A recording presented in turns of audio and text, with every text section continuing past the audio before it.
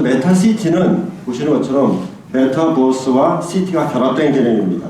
그래서 블록체인과 메타버스 기술을 기반으로 한 가상의 도시입니다. 지금 활성화되어 있는 로블록스나 제프터와 같은 기존의 메타버스 서비스와는 어떤 차별점이 있냐 하면은 그런 서비스들은 대부분 가상 공간으로 끝납니다.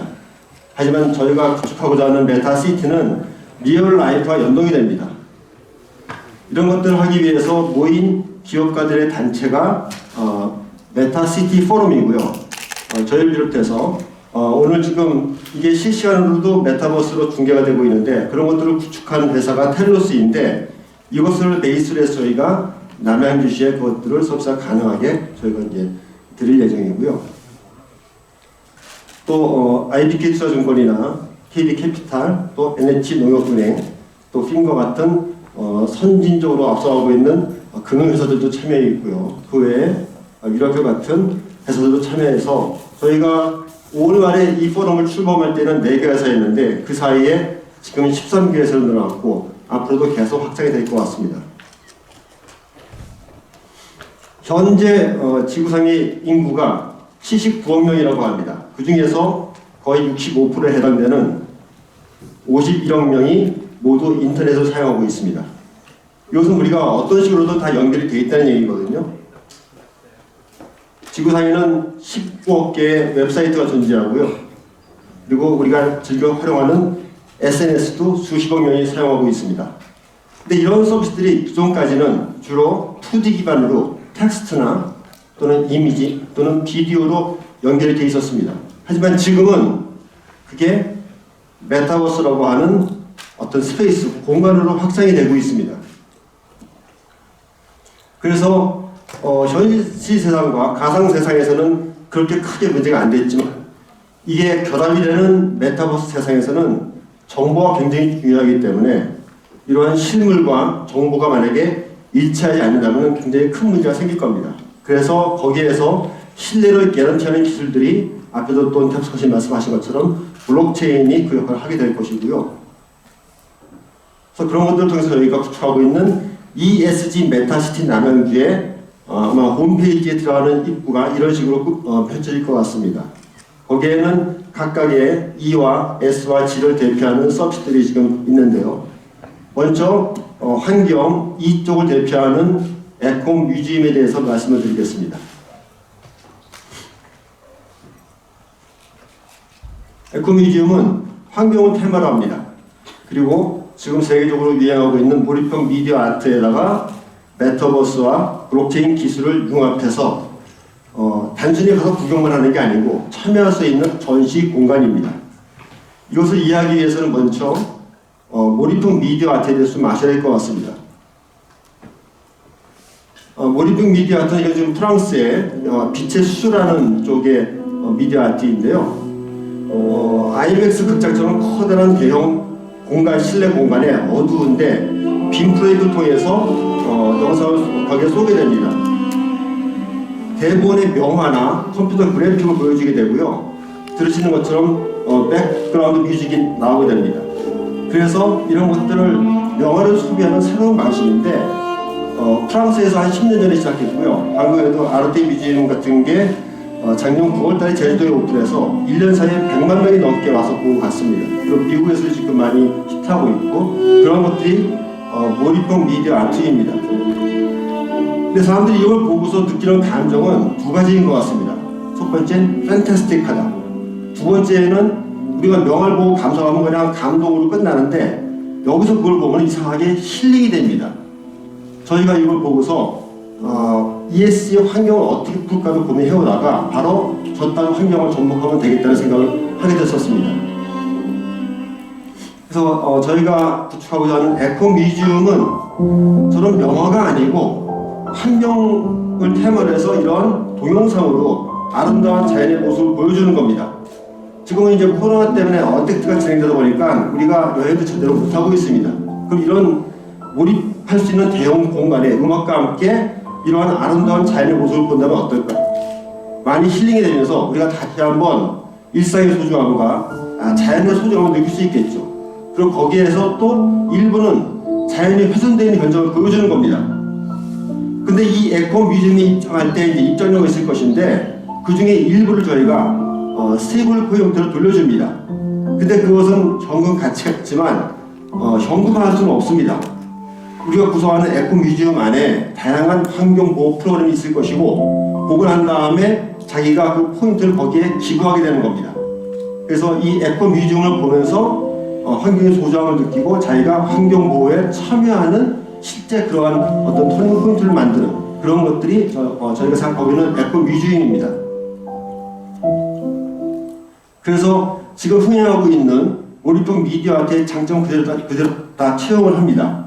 그걸 보고서 느끼는 판타스틱한 감정이나 또는 힐링되는 감정을 다 갖고 오면서 차별화된 포인트로 거기에 메타버스 기술이 들어가게 되고요.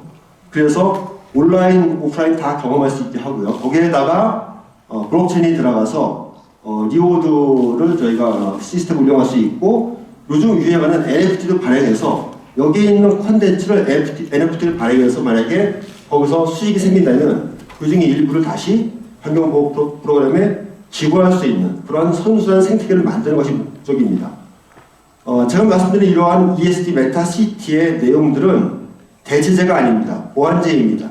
기존에 남양주에서 해온 많은 환경보호 프로그램에다가 이게 더 이제 보완이 되는 것이고 기존에 했던 활동들도 이 공간을 통해서 더 알릴 수 있고 사람들이 더 참여할 수 있게 그렇게 시너지가 날 수 있게 할 계획입니다.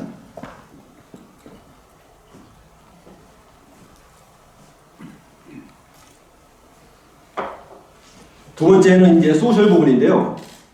소셜 부분엔 메타 에듀, 역사문화 체험관, 소셜 디벨롭 저희가 세 가지로 지금 진행시키고 있습니다. 메타 에듀는 소셜, 공공성 분야에서 가장 중요한 게 저희들은 그 교육 쪽이라고 생각합니다. 그래서 메타 에듀는 교육에 메타버스와 결합된 것인데 학생들이 미래 직업을 선택할 때 학력에서 점수에 의해서 하는 게 아니고 저러한 비행기 시뮬레이션 같은 것처럼 메타버스를 통해서 직업 체험을 해서 자기의 미래를 결정하는 데 도움받을 수 있게 한다거나 아니면 저희가 영어 회화 공부를 할 때 영어를 못하다 보니까 실제 회화를 공부하려면 쑥스러워서 잘 못하는 경우가 있거든요. 그럴 때 내 아바타가 메타버스 공간에서 아바타 얘기를 하면은 더 재밌게 할 수가 있습니다. 실제로 A2에서 개발한 뉴욕 스토리라고 하는 메타버스 영어 교육 프로그램이 있거든요. 이런 것들을 시에서 시내에 그 어떤 디지털 디바이드를 해결할 수 있는 저소득층 자녀들한테 이거를 이용할 수 있게 해준다라든가 이런 쪽으로 해서 메타 애들 저희가 풀 생각을 갖고 있습니다.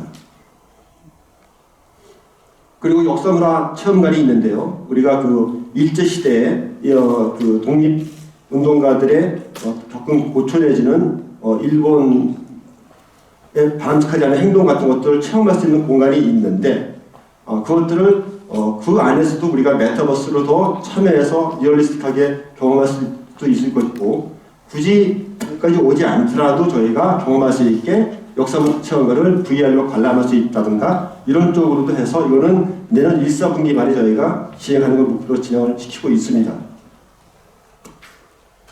그 다음에 이제 소셜 디벨롭 부분인데요. 지금 우리나라가 그 화천대유 같은 사태로 인해서 도시개발 또는 이제 부동산 개발에 관련된 굉장한 문제가 되고 있습니다. 하지만 거기에 대해서 아무도 대안을 제시는 못하고 있습니다. 근데 이러한 도시개발과 메타버스와는 묘한 교집합이 있습니다. 그게 바로 둘 다 공간을 다룬다는 것인데요. 저희들은 이러한 메타버스 기술을 이용해서 도시개발에서도 좀 더 효율적으로 할 수 있는 방법이 있을 거라고 생각합니다. 주최하는 측에서 참여하는 측에서 그리고 투명하고 정의로운 부동산 개발이 시대적 과제로 대두하고 있는데요. 거기에 대해서 저희가 시민의 참여하는 새로운 방식도 실험적으로 진행할 수 있지 않을까 저희가 생각하고 있습니다. 그럼 두 가지를 하나씩 말씀을 드리겠습니다. 그래서 다시 한번 정의를 요약하면은 소셜 디벨롭은 블록체인이나 메타버스 같은 새로운 기술을 이용해서 투명하고 정의롭고 효율적인 도시 개발을 하겠다 이런 내용입니다. 이건 실제로 남양주의 평내 호평역의 전경입니다. 저기 보시는 부지에 주차장 부지에 이제 주상복합 건물과 주상 건물이 건립이 될 예정인데요. 거기에 기존의 방법을 한다면 분양을 할 때 분양 모델하우스를 만들어서 할 텐데 그거를 메타버스를 도입해서 하면은 어떤 효율성의 증가가 있을지를 한번 저희가 간단한 동영상으로 만들어 봤습니다. 함께 보시겠습니다.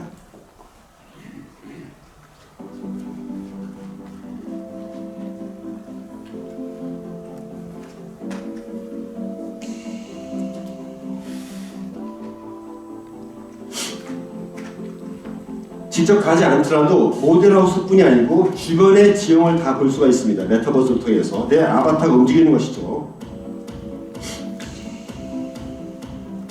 분수대를 지나서 그 옆에 펀그라운드 구축될 예정인 것으로 알고 있는데 거기에 만약에 에코뮤지엄을 적용한다면 이것도 미리 온라인상에서 경험해 볼 수가 있을 것입니다. 앞서 설명드린 에코뮤지엄이 이런 식으로 구축이 될 수 있다고 생각합니다.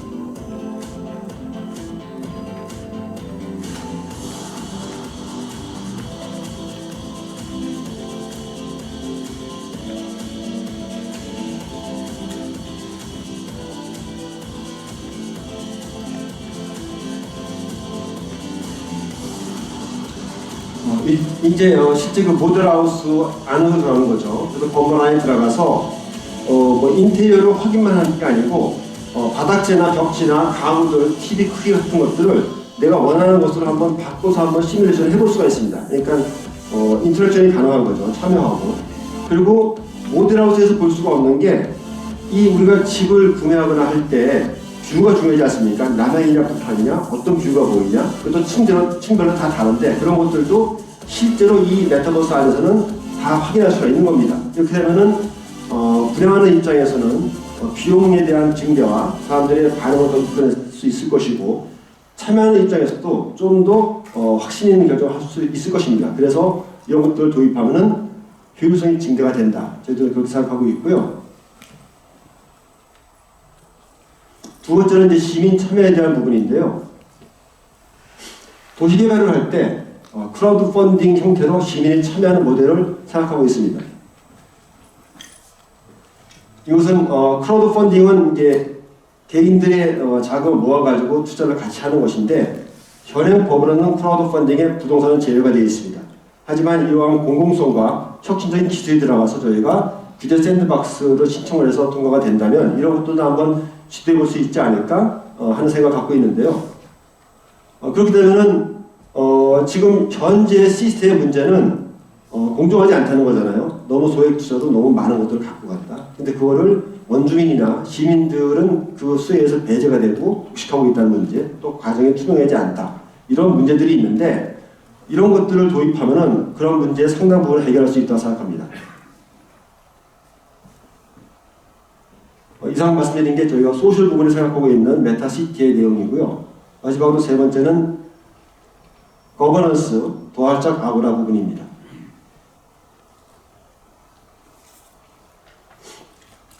이거는 EST 토대는 시민의 참여라고 생각하는데요.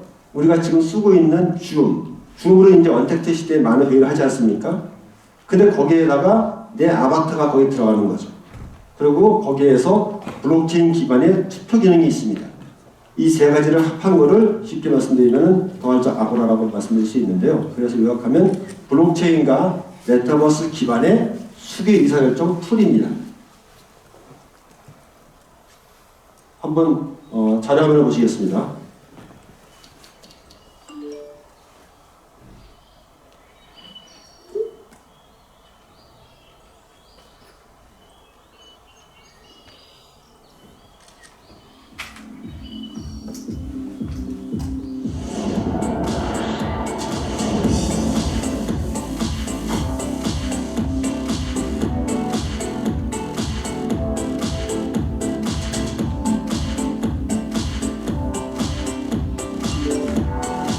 지금 저희가 이 현장을 메타버스로도 운영하고 있는데요. 지금 500명 이상 입장이 계신데 바로 이러한 툴을 이용해서 도활적 아고라 툴을 이용해서 저희가 지금 실험을 하고 있는 겁니다.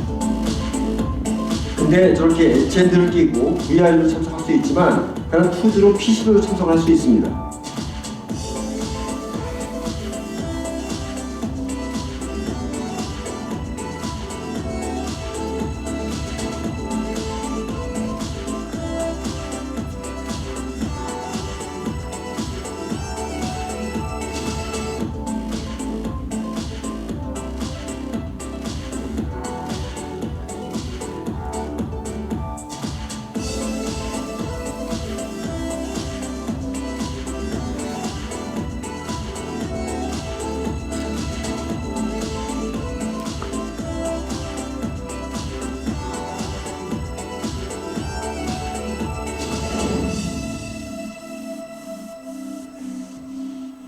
더월적 메타 아고라고요. 이 기능 외에도 텔레스에서 만든 다양한 게임들도 같이 있어가지고 시민들 같이 즐길 수 있게 생각하고 있습니다.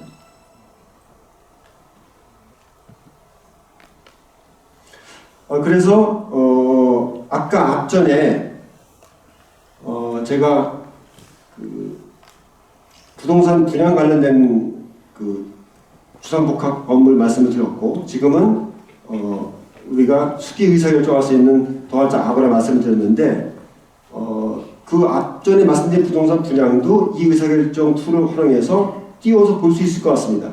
지금 한번 건물을 띄워볼 수 있을까요?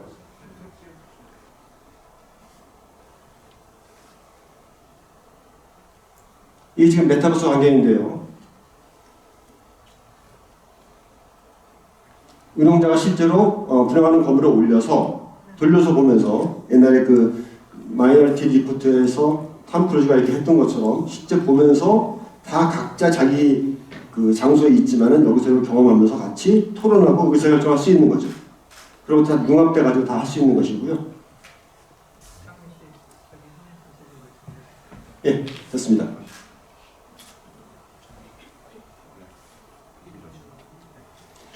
그래서 더월적 아고라를 통해서 이렇게 컨퍼런스의 툴로 진행을 할 수도 있고요. 정책 세미나 의사결정 툴로 사용할 수도 있고, 소셜 디벨롭이나 주민단체에 아예 제공을 해서 이런 의사결정 툴을 이용할 수도 있고, 거기도 투표된 것들은 모두 다 블록체인에 저장되기 때문에 위변조가 안 됩니다.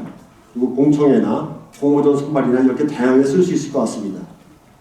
그래서 이런 걸 통해서 아까 돈이 얘기했던 어느 정도의 직접 민주주의를 일부 구현할 수 있고, 그래서 이걸 통해서 시는 열린 시정을 구현할 수 있을 겁니다. 이런 것들이 저희가 생각하고 있는 거버넌스 분야의 메타시티입니다.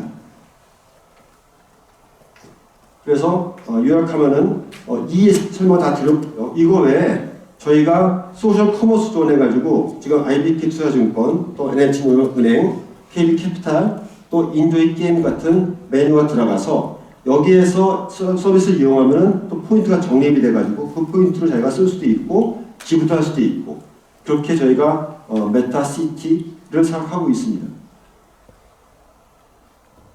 이상이 저희가 생각하고 있는 ESG 메타시티 남양주입니다.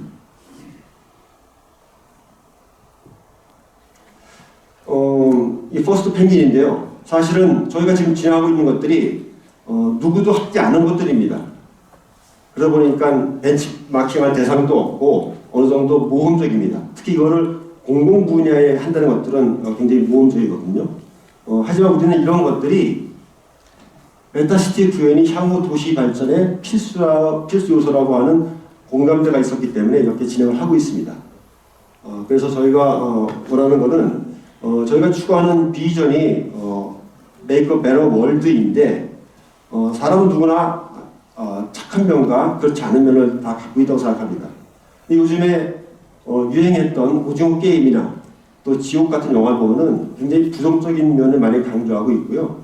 영화에서 예측하는 우리의 미래는 굉장히 디스토피아적입니다.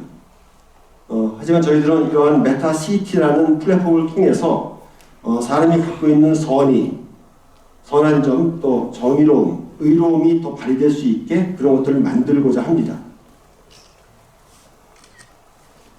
이상 제가 준비한 발표를 마치겠습니다.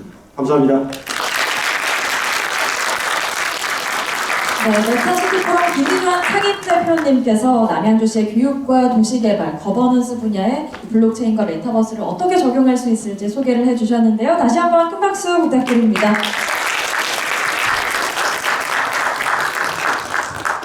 네, 다음 발표는 NH농협은행 이상래 부행장님께서 준비를 해주셨는데요. 메타버스로 실현될 미래금융을 주제로 발표를 해주시겠습니다. 큰 박수로 모셔보겠습니다.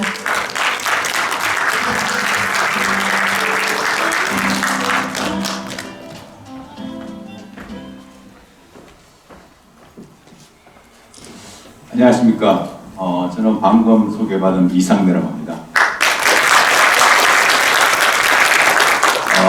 잠깐 제 소개를 하면은 저는 솔직히 뱅크, 농협에 온 지가 한 1년 5개월 정도 된 것 같습니다.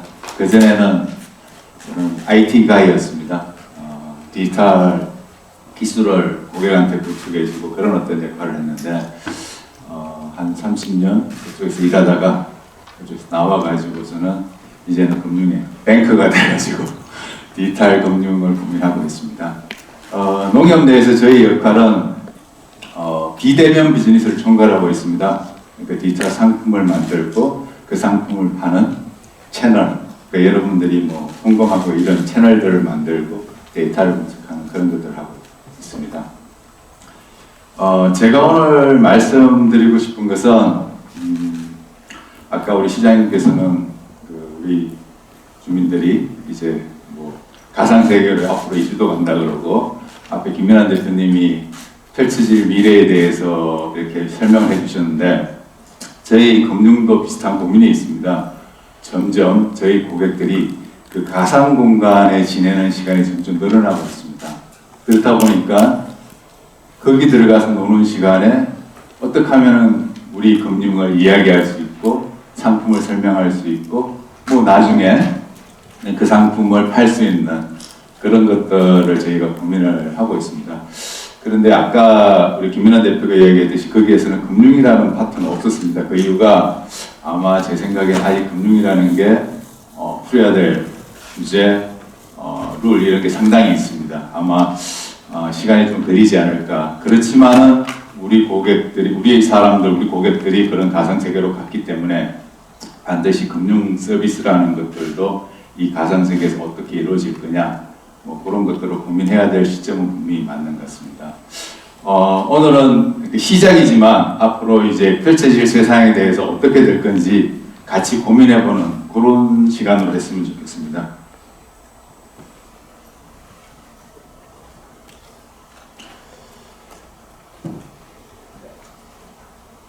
뭐 메타버스는 앞에서 너무 많이 이야기한 것 같습니다. 원래 하여튼 최고의 하도는 메타버스였는데 제일 마지막에 보면은 메타버스는 모바일 인터넷의 진정한 후계자다. 그 페이스북이 이야기를 했습니다. 여러분들 언론에서 보셨을 겁니다. 페이스북이 회사 사명을 바꿨습니다. 메타. 근데 왜 바꿨을까요? 저는 그렇게 생각합니다. 앞에서 제가 말씀드렸다시피 이제 고객들이 이전에는 페이스북이라는 어떤 SNS 채널에 들어와서 관계를 맺었습니다. 잘 있었어요. 이렇게 관계를 맺었는데 점점 그 사람들이 이제는 메타버스로 가는 쪽으로 옮겨가고 있지 않나. 특히 MZ세대 중심으로 그 속도는 엄청나게 빨라지고 있습니다. 그래서 아마 머리 좋은 페이스북 마크 저커버그죠. 이 사람이 아마 미래를 위해서 준비하는 의미에서 바꾸고 앞으로 어떤 메타버스 기반의 플랫폼으로 그 고객들을 전환하기 위해서 그렇게 하지 않았나 저는 그렇게 생각합니다. 이러한 메타버스가 앞으로 엄청난 변화를 가져올 것 같습니다. 일단 제일 왼쪽에 우리가 세상이 어떻게 변해왔는지 한번 이렇게 쭉 훑어보도록 하겠습니다. 제일 밑에 보면 웹 1.0이었습니다. 여러분들 다 기억하시죠? 제가 처음 사회생활을 시작했을 때가 저거를 막 시작할 때였습니다. 그 세상의 모든 정보, 모든 지식을 HTML이라는 기술을 통해서 인터넷에 올려놓는다고 합니다. 그래서 사람들은 거기에서 자기가 원하는 정보를 찾았죠. 참 옛날 얘기 같습니다. 근데 어느 시점이 지나니까 웹 2.0의 시대가 왔습니다. SNS, 뭐 페이스북, 뭐 인스타 이런 것들을 통해서 자기가 좋아하는 거, 자기하고 동질의 사람들이 모여가지고서는 소통을 하는 1.0과 2.0의 가장 큰 차이는 1.0은 원웨이였다면은 2.0은 쌍방향 커뮤니케이션이라고 생각합니다. 그런데 지금은 이제 3.0이라고 합니다. 3.0이 되면은 가장 달라지는 부분이 뭘까라는 여러 부분에 대해서 정의를 하고 있지만 가장 크게 달라지는 부분이 이 디지털을 가지고 새로운 세상이 만들어진다고 합니다. 디지털 이꼴 리얼이라는 단어를 제가 이렇게 표현을 해놨습니다. 우리가 흔히 말하는 3차원의 공간을 표현하는 다양한 기술을 써가지고서는 새로운 가상의 세계를 만들어 놨습니다. 저 의미가 뭔가 하면은 이제 쌍방향의 문제가 아니라는 거죠. 내 그러니까 제 이상내라는 어떤 삶이 있으면은 제 삶이 일부는 리얼월드에 있지만 제 삶의 일부는 상당한 부분은 저 공간, 가상 공간에 가 있다는 거죠. 그래서 이 두 개가 합쳐져야지 실제 하나 이상내가 된다. 그런 세상이 웹 3.0의 세상이 아닐까 그렇게 생각합니다. 당연히 이 금융도 가상 공간에 가 있는 저 사람을 위해서 뭔가를 해줘야만이 그 기업들은 살아남을 수 있지 않을까 저희들은 그렇게 고민을 하고 있습니다. 실제 그러면 이게 많이 남았느냐라는 그런 측면에서 한번 들여다보겠습니다. 제일 왼쪽에 보시면은 그 나이키가 이거 다 아시는 내용 크립토 킥이라고 해가지고 신발을 아까 앞에서 말씀드렸다시피 NFT 형태로 해가지고서는 키 형태로 해가지고 신발 한 컬레가 있으면은 아무도 복제할 수 없는 어떤 키를 매핑시켜서 두 개를 동시에 고객들한테 파는 겁니다. 신발에 대한 매니아들은 그 신발을 엄청난 돈을 주고서는 그거를 보관하고 이렇게 합니다. 그런데 문제가 짝퉁이 많다고 합니다. 짝퉁이. 그런데 그 NFT라는 이런 기술을 써가지고서는 절대 복사할 수 없는 그런 어떤 유일무이한 그런 것들을 만들어서 지금 나이키는 판매를 하고 있습니다. 그런데 이게 재밌는 것은 그게 이제 가상 공간만 드는 게 아니라 실제 실물하고 전부 연결이 되어 있다는 거죠. 그러한 측면에서 상당히 의미가 있지 않을까 그렇게 생각합니다. 이렇게 그러한 서비스가 나오다 보니까 이렇게 마켓플레이스라는 뭐 오픈시는 여러분들이 많이 들어가서 NFT라는 걸 이미 많이 보셨을 겁니다. 그리고 NFT의 총 자산이 3.3억 불이라고 합니다. 이러한 속도는 보면은 정말 놀라지 않을 수가 없습니다. 그래서 제가 진짜 말씀드리고 싶은 것은 이런 메타버스 기반의 어떤 시대가 왔을 때 금융 서비스는 어떻게 될까라는 부분에 대해서 한번 같이 한번 상상을 해보는 그런 시간을 가졌으면 좋겠습니다.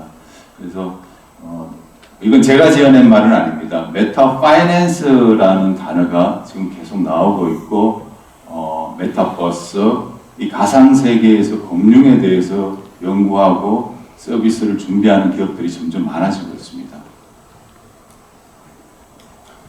저희 농협도 당연히 그런 회사 중에 하나고요. 이거는 로블록스 창업자가 메타버스가 이루어지려고 하면은 어떤 요소들을 갖추어지면은 정말 훌륭한 메타버스 가상세계가 되느냐를 정의한 부분입니다. 위에 파랗게 세계가 되어 있는 부분이 필수 요소입니다. 이거는 반드시 있어야 돼. 그리고 밑에 있는 것들이 옵션입니다. 있으면 좋고 없어도 되고 그런 부분입니다. 잘 아시는 아바타. 실제적으로 이제 나를 표현할 수 있는 어떤 아바타는 반드시 필요하고 사람들은 기본적으로 현실 세계와 전혀 다른 나를 가상 세계에 구현하는 걸 원한다고 합니다. 이렇게 되면 이제 저희 금융에서는 헷갈리는 거죠. 이 고객이 과연 기존 분석하는 방식으로 금융을 분석해가지고서는 그 사람한테 맞는 상품을 추천하기 상당히 어려워졌다는 그런 이야기들을 하고 있습니다. 그 다음은 세계관입니다. 이 아바타가 돌아다닐, 제페토 같은 경우에는 공연 같은 걸 주로 많이 하고, 로블록스는 게임을 많이 하고, 어떤 그런 세계관이 반드시 필요하다고 합니다. 그 다음에 이제 그 세계관에서 다양한 경험을 제공해줘야 된다. 이런 것들을 이야기하고 있습니다. 제가 마지막에 이제 농협이 이 판을 가지고서는 어떻게 할 거냐라는 부분을 고민을 참 많이 했습니다. 그래서 농협도 메타버스 플랫폼이라는 독도 버스를 만들었습니다. 그래서 거기에 우리 고객을 어떻게 아바타를 포지셔닝 할 거냐, 거기에 어떤 세계를 만들 거냐, 독도 버스에서 그 다음에 거기에서 고객이 어떤 스토리를 줘서 경험을 할 수 있을 거냐, 이런 것들을 이런 것들을 참고해서 저희가 베이스로 만들었습니다. 그런데 여기 보면 옵션에 보면은 아까 앞에서 이야기했듯이 나름대로 룰은 최소화하고 룰은 필요하다라고 앞에서 은사가 말씀을 하셨고요. 근데 제가 주로 말씀드리고 싶은 부분은 경제 시스템 이코노미 부분입니다. 가상 세계가 이루어지고 나면은 분명히 사람들이 활동을 하면은 거래가 일어나는 거예요. 가치에 대한 교환은 반드시 일어나게 됩니다.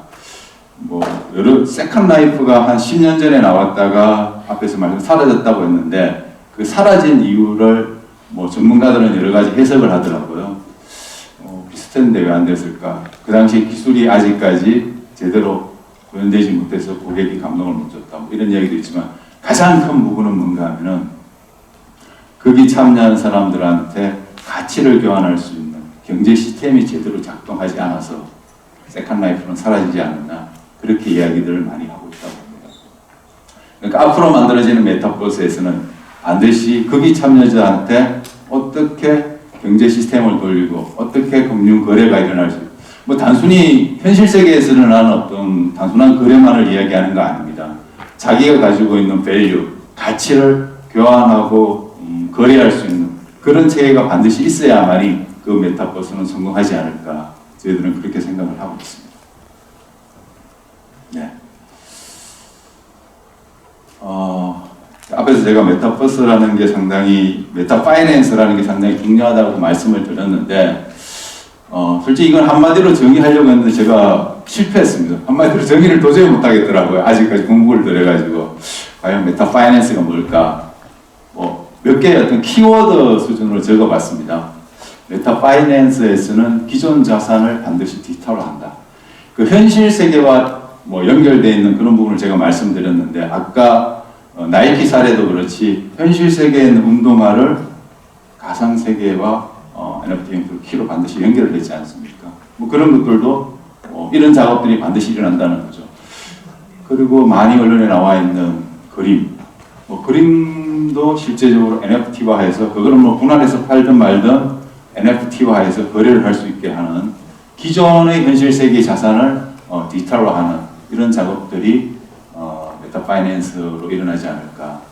그 다음에 현실 세계도 없는 그런 새로운 형태의 디지털 자산이 많이 창출된다고 합니다.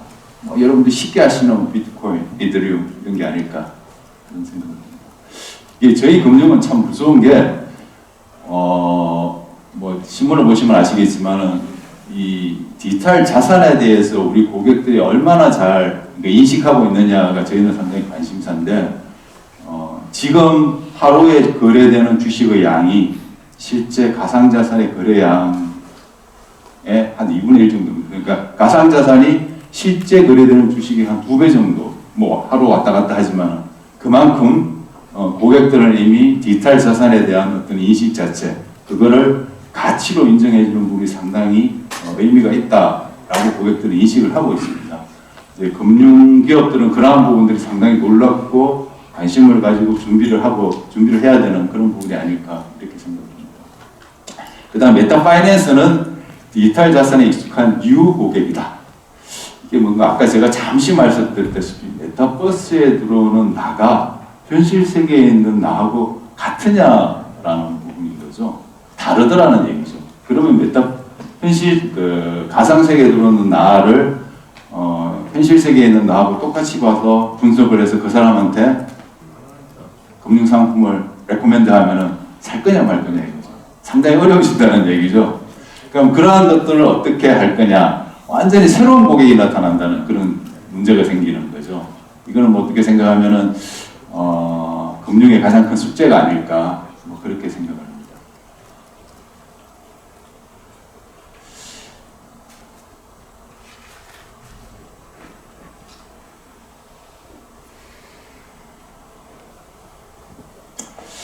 제가 메타파이낸스에 대해서 말씀을 드렸는데 과연 이 메타파이낸스가 성공을 하기 위해서는 과연 어떻게 해야 되지? 라는 부분에 대해서 두 가지 측면에서 봅니다. 첫 번째가 달라지는 현실, 팩트가 뭐냐라는 부분이고요. 그 다음 이러한 것들 어떻게 극복할 거냐라는 부분입니다. 아까 제가 잠깐 말씀드렸다시피 MZ세대가 가상자산을 자기의 어떤 자산을 대표하는 수단으로 생각을 한다는 거죠. 아까 말씀 2배 이상의 가상자산의 거래가 일어나고 있는 것들, 이러한 것들을 여실히 증명해 주는 부분이고요. 그 다음 NFT, 그 다음 디지털 화폐 등이 메이저 플랫폼 속으로 들어온다는 얘기죠. 실제 증권사에서는 주식이 거래되지만 아까 제가 말씀드린 어떤 가상화폐들은 지금 현재 법상 전부 다 거래소에서 가상화폐 거래소에서 거래가 됩니다.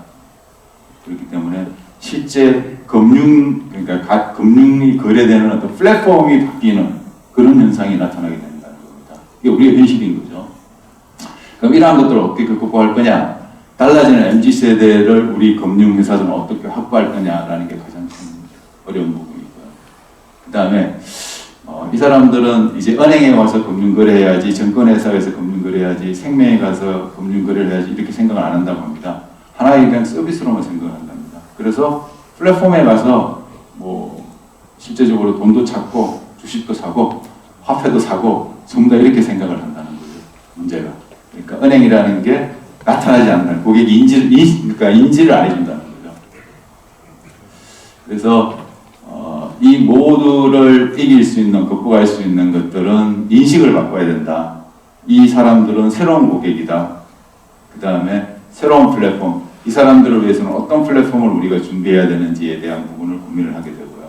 이러한 것들이 이제 메타 플랫폼을 금융회사에서 고민할 수밖에 없는 이유가 해당이 됩니다. 그래서 새로운 금융 서비스를 이 플랫폼에서 제공을 해야만이 변하는 고객들을 잡을 수 있지 않을까, 저희들은 그렇게 생각합니다.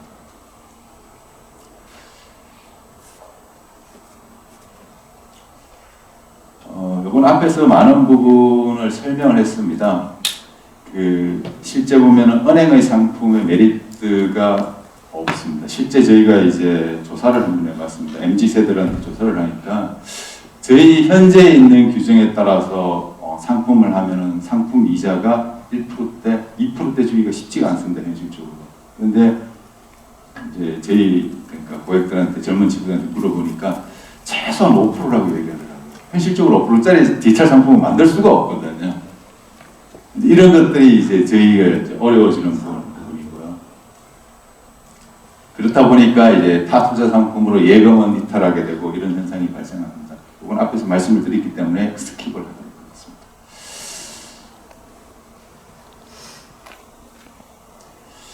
그 다음에 이제 주목해야 되는 부분이 저희가 이제 NFT를 많이 아까 중간장에서 제가 말씀드렸다시피 10억불이 넘는 그런 것들이 NFT로 이미 거래가 되고 있고 그렇게 하고 있습니다. 그래서 이제 아마 앞으로는 이 NFT라는 게 메타버스에서는 주요 금융 상품으로서 거래되는 상품이 아닐까 저희들은 그렇게 생각을 하고 있습니다.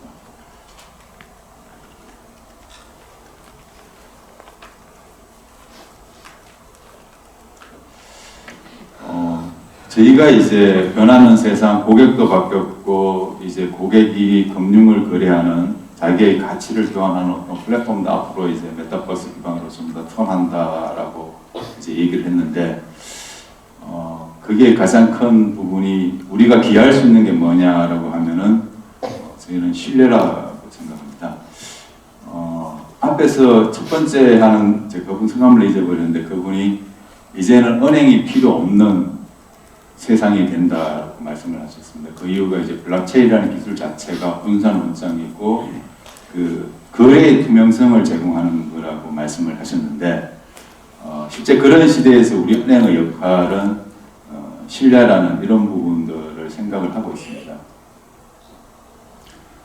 실제적으로 이제 약간 좀 여담입니다만 과연 블록체인에서 구현되는 그런 어떤 복잡한 기술, 거기 되어 있는 어떤 신뢰를 기반할 수 있는 프로그램되어 있는 기술들을 우리 고객들이 이해를 할 수 있을까라는 부분들이 실제적으로 이제 많이 논의가 되고 있습니다. 이제 그 룰이 세팅되면은 투명하게 그 룰대로 실제 금융거래가 일어나는데 고객들은 그 룰에 대해서 이해하는 데 상당히 어려움이 있죠. 그러면 그 룰이 정상적으로 우리 고객을 지키기 위해서 세팅되는지에 대한 부분을 과연 누가 해줄 수 있을 것이냐.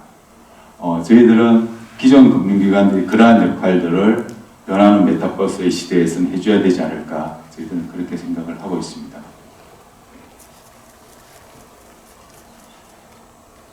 그래서 웹 3.0의 세대가 메타버스의 시대라고 하면은 그 프로그래머블 트러스트 그러니까 프로그램이 되어 있는 그런 금융거래의 어떤 룰, 그다음 로직 이런 부분들은 기존 금융기관들이 그러한 부분들을 정확하게 검증을 해줘야지 실제적으로 우리 고객들이 메타버스에서 실제적으로 금융거래가 가능하지 않을까 저희들은 그렇게 생각하고 이러한 부분들에서 저희가 어떻게 포지셔닝 할 거냐라는 부분들을 계속 고민을 하고 있습니다.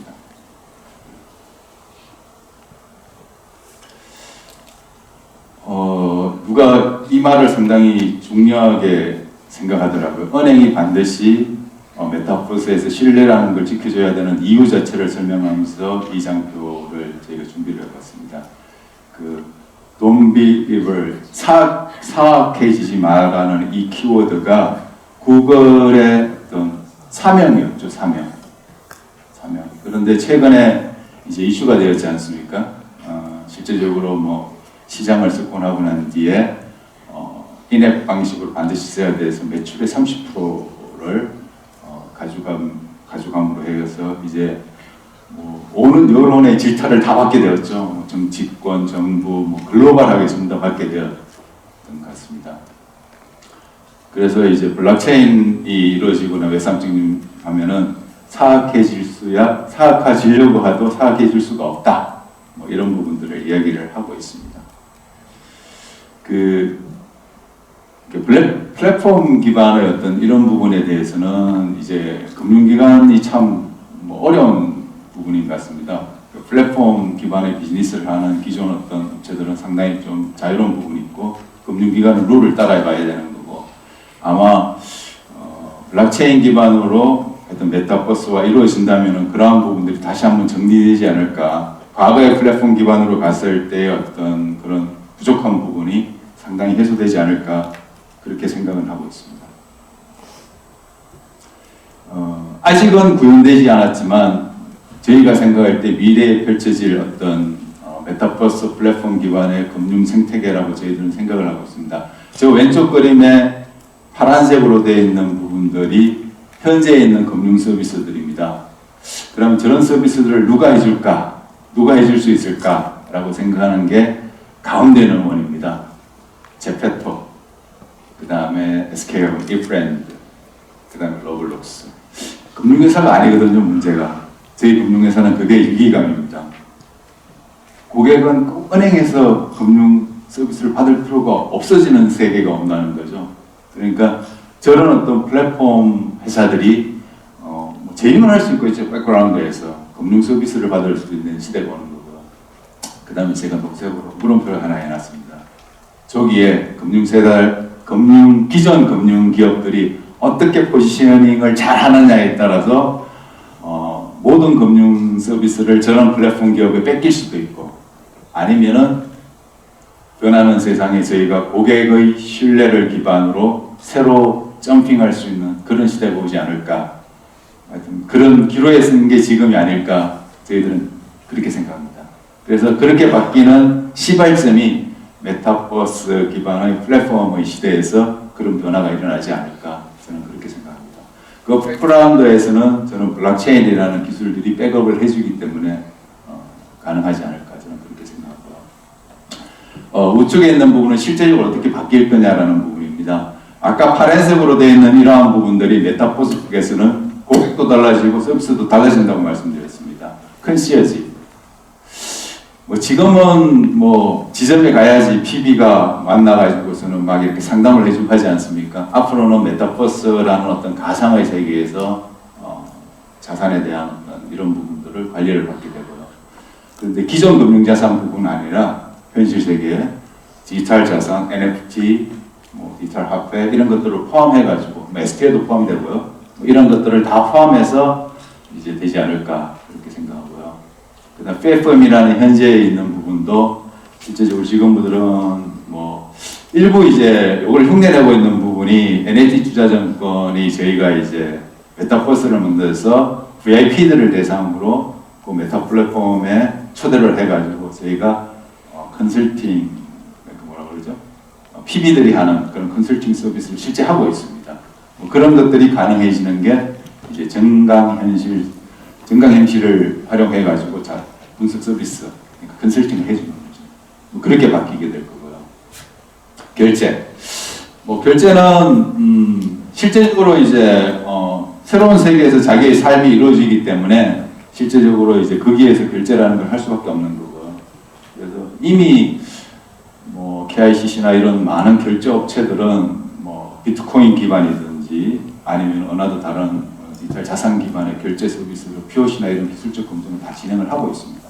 그래서 메타버스에서도 실제적으로 이제 물건을 사고 하려면 결제라는 게 연결될 수밖에 없는 상황인 거죠.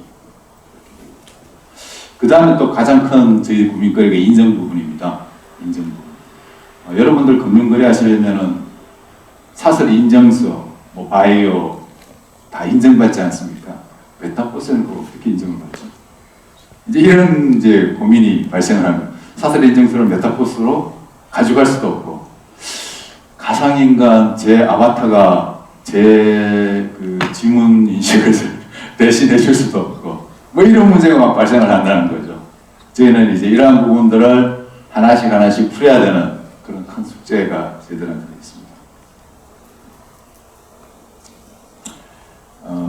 이 부분이 이제 저희가 생각하는 농협이 생각하는 어떤 독도버스입니다. 가장 큰 저희가 이제 출발점은 이렇게 생각했습니다. 기존 처음에 고민할 때는 저희가 이제 제페토에 혹은 아이프렌즈에 우리 농협이 입점을 할까 이렇게 한번 생각을 해봤습니다. 그 여러 가지 고민을 하다가 독자적으로 가는 게 아무래도 나을 것 같아요. 그 이유 자체는 그 메타버스라는 게 저희는 금융기관이지 그런 플랫폼 뭐 그런 회사가 아니거든요. 그래서 우리 농협에 맞는 농협만의 스토리가 가미된 그런 메타버스 가상세계를 만들어보자. 그래서 그 세계를 좋아하고 그 세계에 대한 컨센서스가 이루어지는 고객들을 모시자라고 해서 이제 만들었고요. 그거를 만드는 거는 그 독도라는 주제를 가지고 저는 만들었고 그 주제를 뻔하게 재미를 더해가지고 만들었습니다.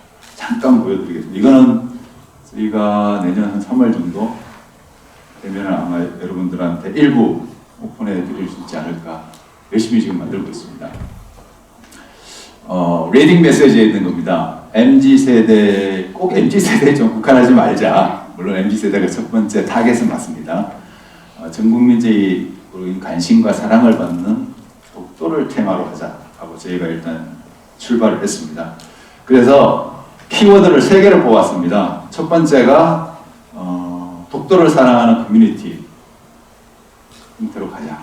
두 번째가 아까 잠깐만 ESG 말씀드렸다시피 저희들도 이제 ESG를 상당히 지향을 하고 있습니다. ESG 컨셉, 스토리 이런 것들을 넣자.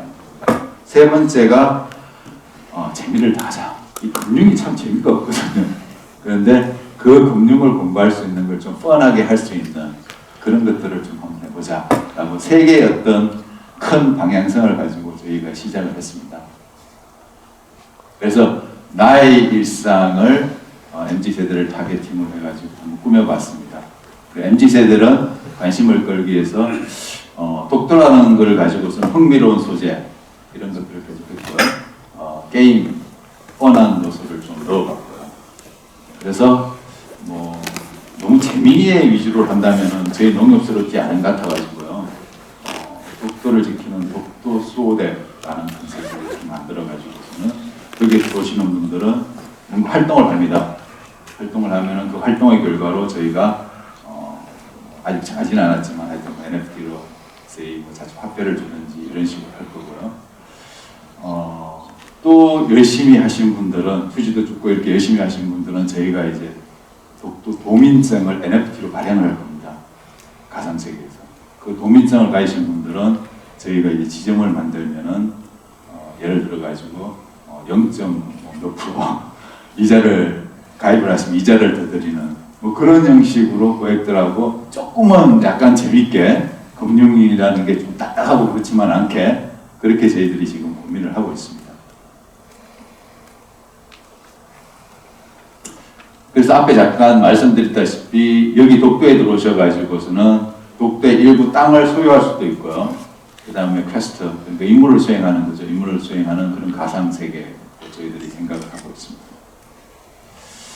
그래서 매일 아침에 일어나면은 저희가 원하는 거는 고객이 이제 뭐 출근할 때든지 똑똑버스에 이제 접속을 해가지고서는 뭐 급하면 에너지가 충전되겠죠, 그죠? 그렇게 해서 여기로 들어가면 다양한 퀘스트, 그러니까 임무가 있습니다. 퀘스트가 있습니다. 뭐 휴지 줍기도 있는 거고요. 그 다음에 뭐 문제 내면 문제를 알아맞히는 뭐 그런 부분도 있는 거고, 이런 퀘스트를 수행해서 그걸 잘하면은 보상을 받게 되는 그런 메커니즘도 그걸 내지인 거예요.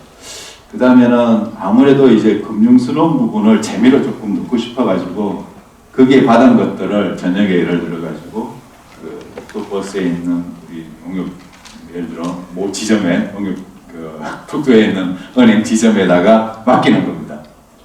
그거를 보상받는 거를, 그런 것들을 저희들이 생각을 하고 있습니다.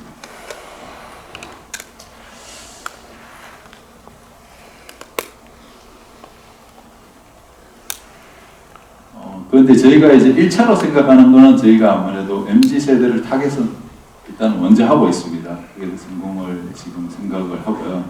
그런 부분들을 좀 타겟으로 해서 일단 시작을 하려고 하고 있습니다.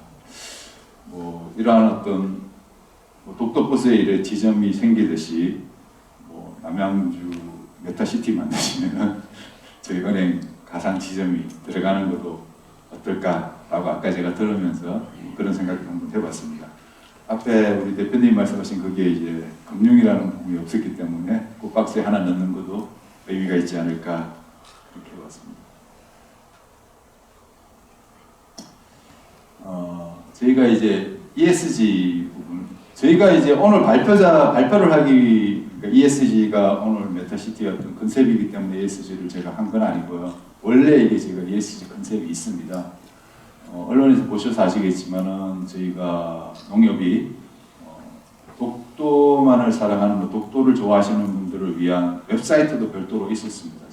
별도로 있었고, 얼마 전에 독도까지 뭐 독도 걷기, 독도까지 걸으면은 이제 추가 이유를 주는 그런 독도 전용 상품도 나왔었습니다. 그래서 저희가 이제 휴지 줍기, 공명 줍기 이런 것들을 저희가 진행을 할 거고요.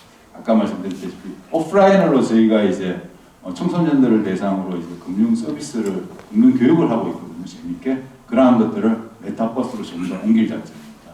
그래서 앞으로 우리 농협의 어떤 청소년 금융 교육은 메타버스에서 이루어지지 않을까. 뭐 저희 현재는 2층에 있습니다. 공간 2층에 있는데 그런 것들을 메타버스로 옮겨서 좀 재밌게 하는 그런 부분들을 할 거고요.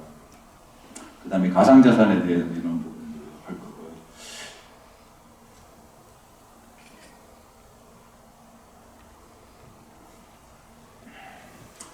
이상 제가 말씀드린 부분이 앞으로 이제 메타버스라는 시대가 오면은 금융이 어떻게 바뀔 거고 메타파이낸스라는 이름으로 제가 말씀을 드렸고 그런 것들을 준비하는 차원에서 그거는 내년에 바로 일어날 일이죠. 저희는 독특버스라는 것을 디자인하고 독특버스라는 걸 준비하고 있다는 걸 간단하게 설명을 드렸습니다. 저희들은 크게 생각하는 게 앞으로의 고객의 금융 생활을 메타버스에서 어떻게 할 거냐, 어떻게 편리하게 할 거냐, 어떤 서비스를 줄 거냐라는 게 가장 큰 첫 번째 숙제입니다. 이게 첫 번째 숙제이고요. 그다음 두 번째는 오늘 장표에 많은 부분을 넣지 못했지만은 이러한 메타버스에서 고객은 분명히 디지털 자산 기반으로 본인의 자산을 전환을 할 거고 거래를 할 겁니다. 그래서 저희가 이제 하고 있는 부분은 커스터디, 은행이 기본적으로 수탁업이 베이스입니다. 그래서 고객의 디지털 자산을 수탁을 해줄 수 있는 회사도 저희가 만들었고요. 두 번째는 앞으로 펼쳐질 메타버스에서 거래되는 어떤 그런 디지털 자산을 고객의 자산을 안전하게 보관해 줄 수 있는 그런 수탁 회사도 저희가 준비를 했고요. 그래서 그런 것들을 이제 저희가 두 번째로 가장 신경 쓰는 그런 부분이 해당이 되겠습니다. 네, 귀 기울여 들으셔서 감사합니다.